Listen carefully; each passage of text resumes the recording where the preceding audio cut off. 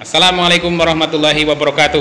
Waalaikumsalam warahmatullahi wabarakatuh. Apa kabar kalian hari ini? Alhamdulillah, subhanallah, Allahu Akbar, segera buka, tambah pintar, lulus ujian, amin. Semangat pagi. Pagi. Oke. Terima kasih kelas 9F yang saya cintai. Hari ini kita belajar tentang struktur teks cerita inspiratif. Nah, kalian pasti sudah belajar di rumah sejak kemarin, malah ya sudah hafal semua tentang materi-materi, strukturnya apa saja. Saya kira sudah hafal, malah bukan hanya hafal, mungkin sudah di luar kepala. Oke, saya akan coba satu-satu. Saya cek satu-satu ingatannya tentang struktur teks cerita inspiratif.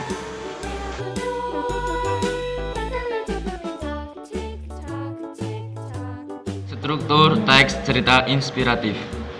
Oke.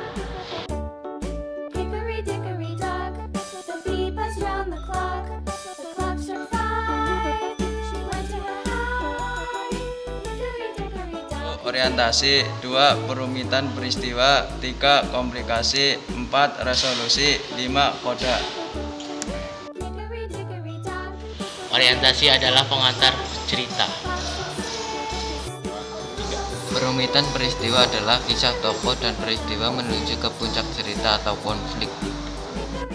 Sekali lagi. Perumitan peristiwa adalah kisah tokoh dan peristiwa menuju ke puncak cerita atau konflik. Komplikasi adalah puncak inti cerita, tempat kisah yang menjadi inspirasi. Resolusi adalah peristiwa menyadarkan tokoh tentang kebaikan. Koda adalah penutup cerita, kesimpulan pesan moral. Contoh orientasi. Pada masa dahulu ada seorang anak laki-laki. Dia cerdas, berbakat, dan tampan. Sayangnya, dia sangat egois dan mudah marah. Tidak ada yang mau menjadi temannya. Sering dia marah-marah dan mengumbar kata-kata yang menyakitkan kepada orang-orang di sekitarnya. Contoh perumitan peristiwa. Orang tua anak itu sangat cemas dengan temperamen anaknya. Mereka berpikir apa yang harus mereka lakukan.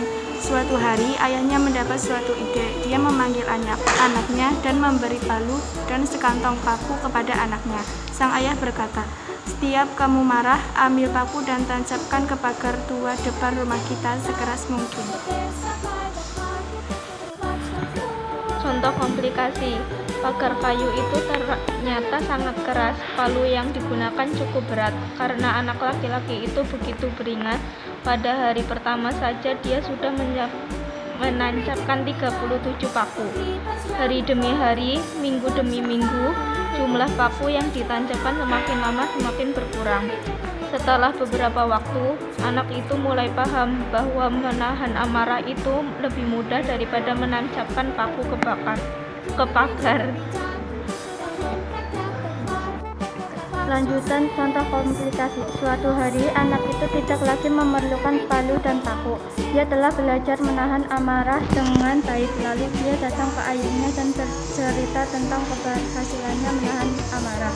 Sekarang setiap saat jika mampu menahan amarah dalam sehari, cabut paku yang sudah tertancap di pagar. Mulai. Sekian waktu berlalu, akhirnya sang anak bangga setelah semua paku tercabut, hilang semuanya. Saat dia datang ke ayahnya dan menceritakan semuanya, dia menawarkan untuk merapikan dan merawat pagar.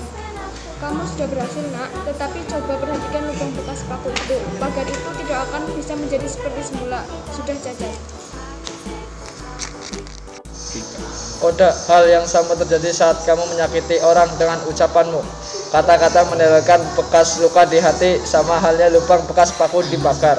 Ingat, kita harus memperlakukan setiap orang dengan sayang dan hormat. Sebab meskipun telah memohon maaf dan dimaafkan, luka di hati tidak akan pernah hilang. Orang memiliki tantangan atau kesulitan yang ingin atau harus diatasi.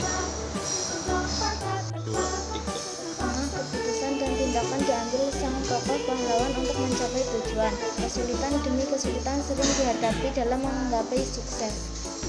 Satu. Sukses diraih dan ada hasil positif sebagai akibat keputusan dan tindakan sang tokoh. Kita sudah belajar tentang cerita teks inspiratif. Paham semua ya?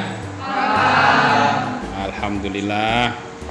Kita akan belajar lagi ke depan tentang, kalau kemarin struktur, besok berarti kaidah kebahasaan teks cerita inspiratif. Saya akhiri. Assalamualaikum warahmatullahi wabarakatuh. Waalaikumsalam warahmatullahi wabarakatuh. Semangat pagi. Pagi.